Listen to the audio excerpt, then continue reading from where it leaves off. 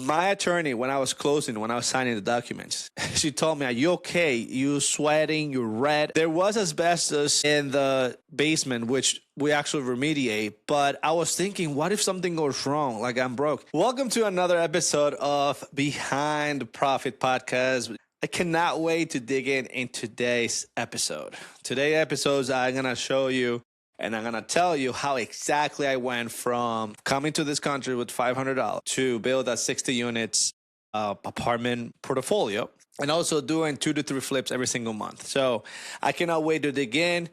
I really hope that if you have any issues with learning how I did this, you go back and just re-listen it, okay? So we're going to go in chronological order. I came to the country in 2012, $500, play professional tennis, great. In 2014, I bought my first condo, and I was denied 17 times before I bought that because I was in the work visa. I didn't have any green card, I didn't have any citizenship, and it's really hard to get a mortgage because they think that because you have a visa and it expires in 3 years, you're going to leave the country and then you're going to not pay the mortgage. And they were right. They were right in the sense of that is a risk. That is definitely a risk. So 2014, I bought my first condo. My landlord, actually, the reason why I bought it was because my landlord was kicking me out. I didn't do anything wrong. I paid my rent. It was just they were going to sell the house and whatnot. I decided to get a condo. 2014, I bought a condo.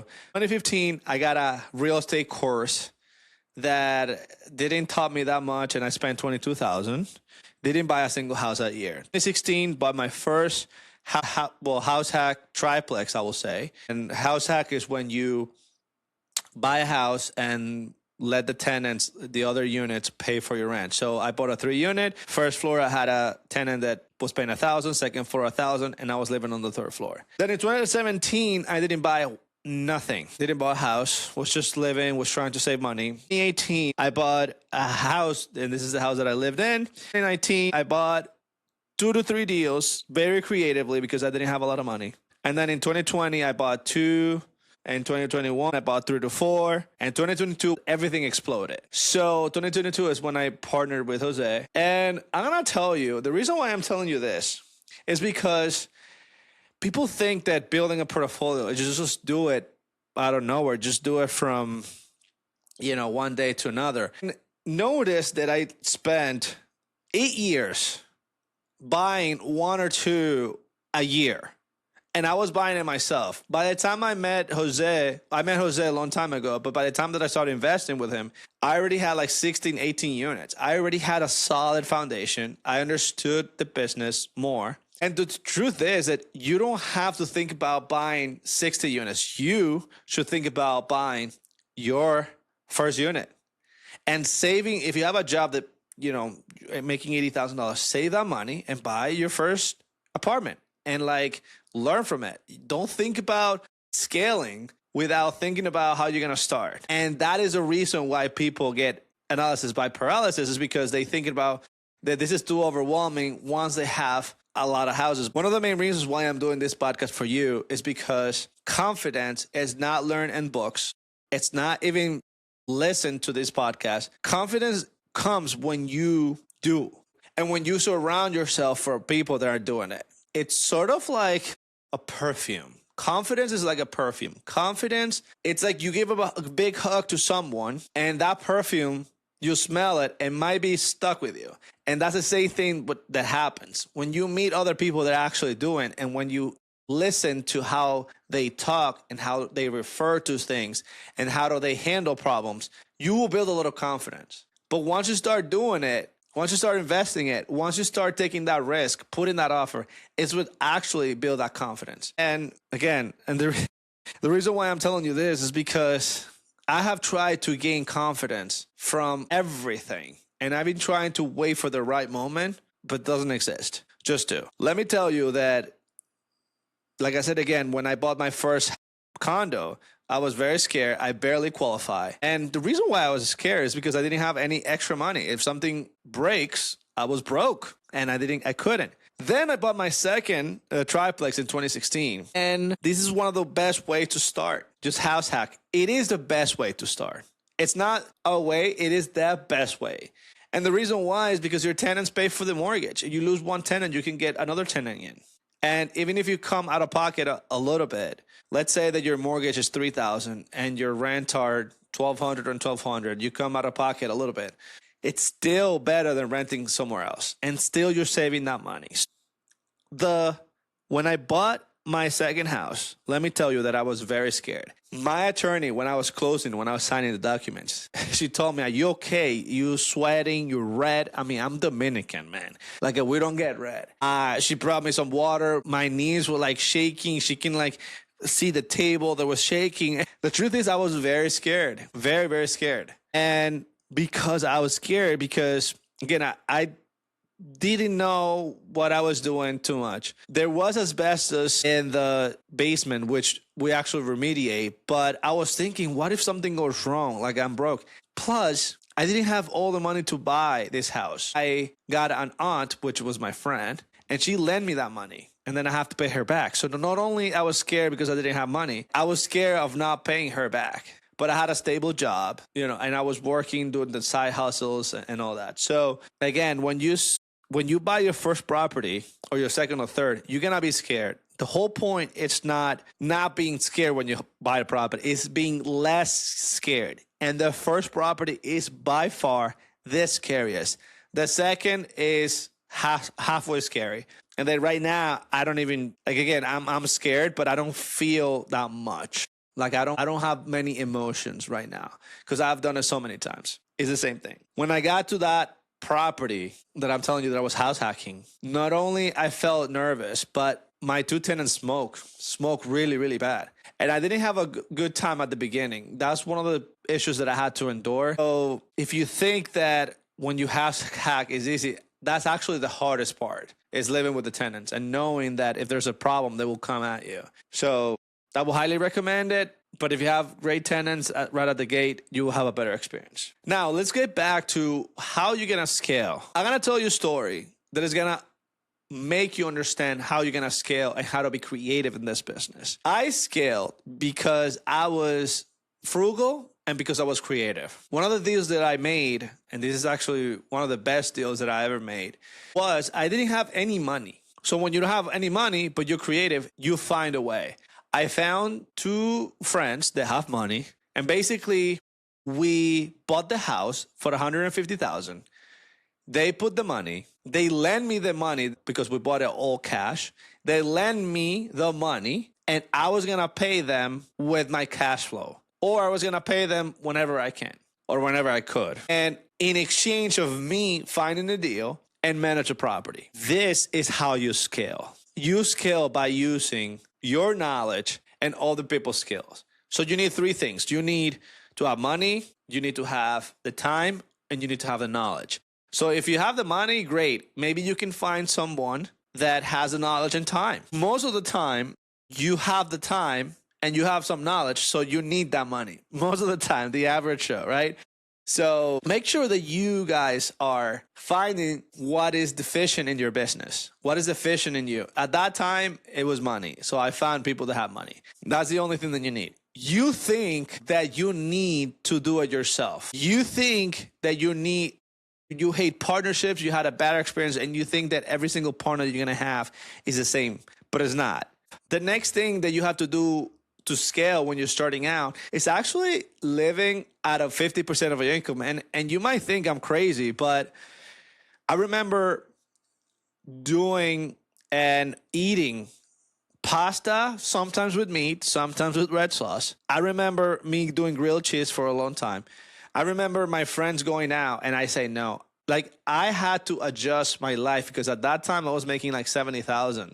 And I saved, I think that year, about $20,000 to $25,000 net. Like, I was saving that money, and that allowed me to buy the property. So I know that YOLO, you only live once. I know you want to travel, and I know you want to do a lot of things. But if you're young and you're listening to this, make sure that you guys are living below your means. I still live below my means because it is a habit, and it's definitely a skill. And if it's a skill, it can be taught. So you can actually teach yourself how to be frugal. And when I say frugal and cheap, it's not the same thing. If you get doing a side hustle, make sure that you're saving money to invest. And the truth is that you can buy a $500,000 house with only $30,000. I'm going to sound controversial here right now, but you can take an FHA loan with 3.5% with a house that is worth $500,000 that you buy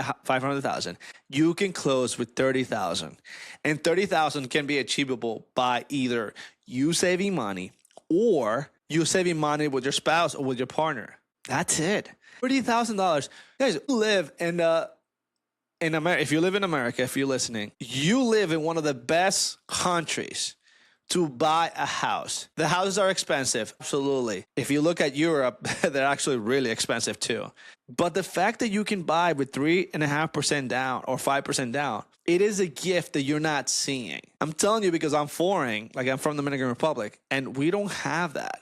Like we don't have a 6% rate. We have an 11% rate back in the Dominican Republic. And if you bought in 2020, 2021, 3%, that's a gift. Even at 6% right now, you still, I bet that if you buy a 3 or 4 unit, you will only be putting a little bit out of money. If you don't believe me, just look at what in the market right now where you want to live. Tell a realtor to help you to analyze that deal with real numbers, how much you're going to pay in taxes and insurance roughly, and how much is going to be your mortgage.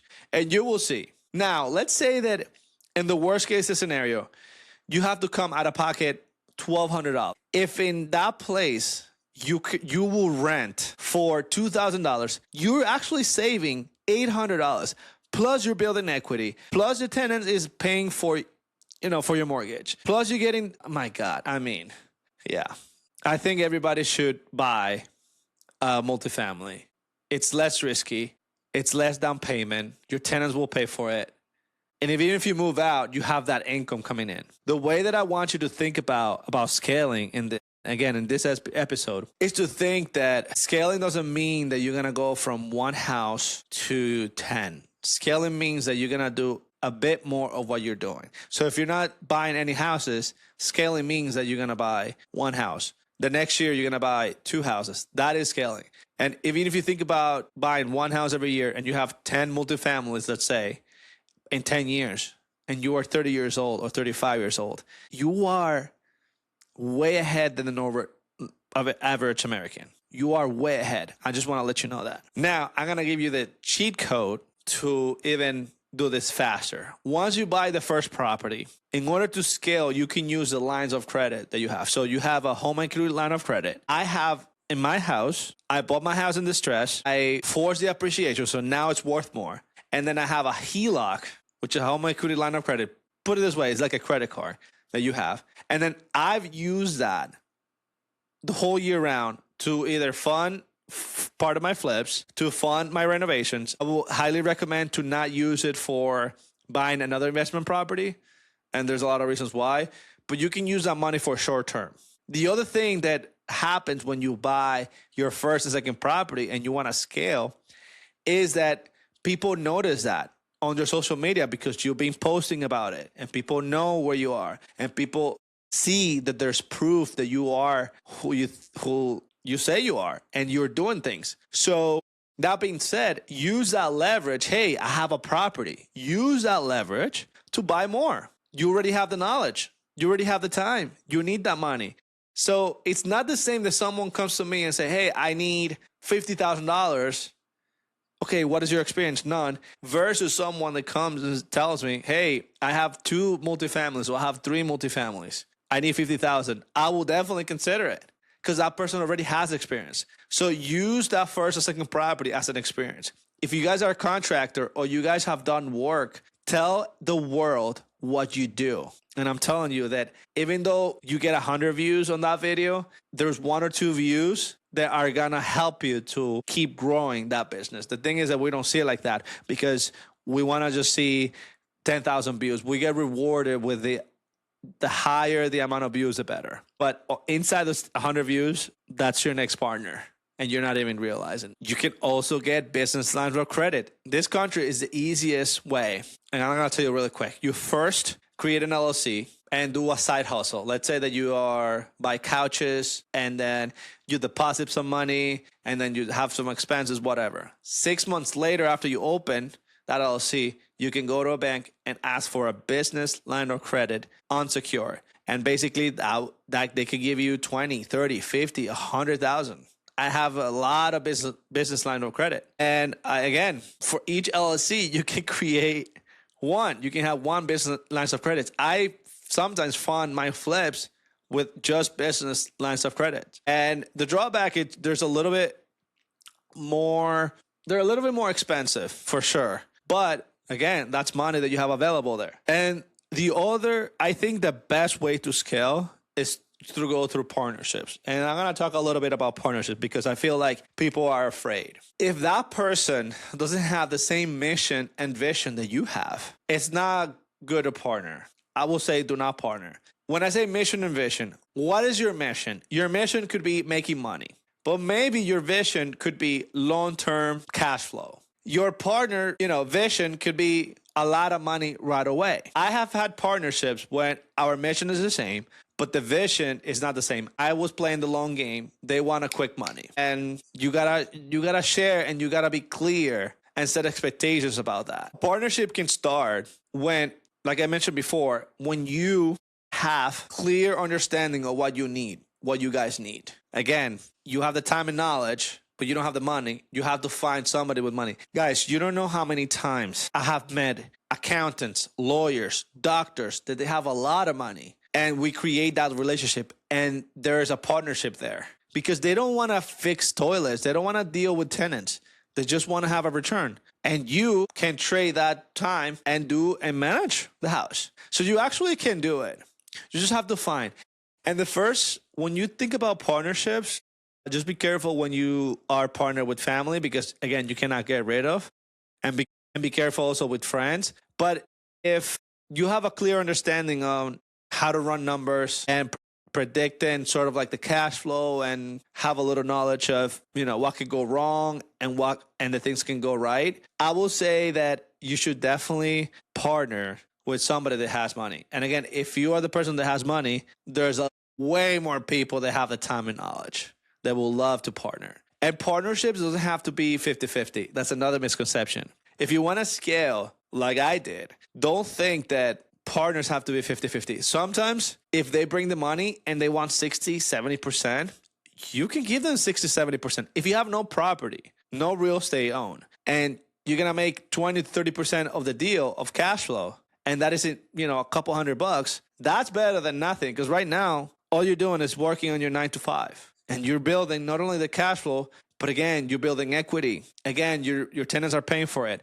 Again, you're getting tax benefits. It's not only the couple $100. That's what you see, and that's what you think you're going to get, but you're getting way more when you see all the benefits in real estate. So not only go for the cash flow, go for everything else. Even if you partner with somebody that is comfortable with the 60%, it doesn't have to be 50-50. I'm going to tell you many ways to scale. They can put all the money, buy the whole house cash, and then refinance later when it's fixed up, and then they can recoup all that money. Your partners can put 100% of the down payment, and then you manage it, you find a deal, whatever. Your partners can do 50% of the down payment, and you can do 50% or 80-20. What I'm going to tell you is there's no certain rules. Try to see what you're lacking of, and then just partner. And that's how you scale. It's hard to see just people scaling by themselves. I have friends that are operating by themselves and they have scaled tremendously, double, triple my portfolio. That's them. And to be honest, it's almost like an anomaly, right? If they don't come for any money and they do it themselves. Is it possible? Absolutely. You don't have to partner to scale. I'm telling you what is working for me, and I'm telling you that it definitely works when you partner. My best advice when you want to scale from $500 to 60 units is also start small. When you have a partnership, don't buy a 10-unit building. Don't buy a 20-unit building. Buy that duplex. Buy that triplex. Like, you got to date before you get married, right? You got to crawl before you walk. Like, you got to do things before you start buying bigger. It's easier. Let's say that you enter a bad partnership and you buy a duplex. It's easier to sell a duplex than sell a 10 unit. For sure. The price will take that, but for the most part is easier. So start small. If you want to flip a house, start with a small flip. Buy that small rental. Maybe if you want to wholesale that first deal, wholesale that second deal. You don't have to start big. The last thing I'm going to say is if you're feeling stuck, I know that feeling. I have been there. That's why I bought a $22,000 course that didn't help me with anything, because I thought that was going to give me the confidence to start investing. And I know that you're stuck. I know that the market is hot. I know that you can find so many reasons why you're not going to invest. What I'm going to invite you to do is to think about your kids. Think about your family. Think about the pain that you have right now, that you hate your job. It is more risky for me to work for 40 years, 40 hours a week for someone, and I don't know what's going to happen.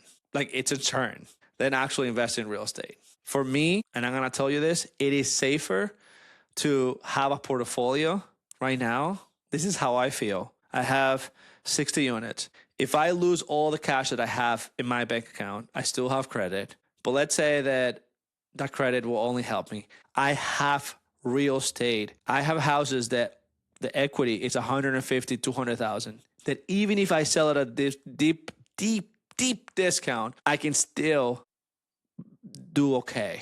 And I can still survive for a few years out of one sell for one property. But if you lose your job and you have some reserves, yes, then you got to find another one.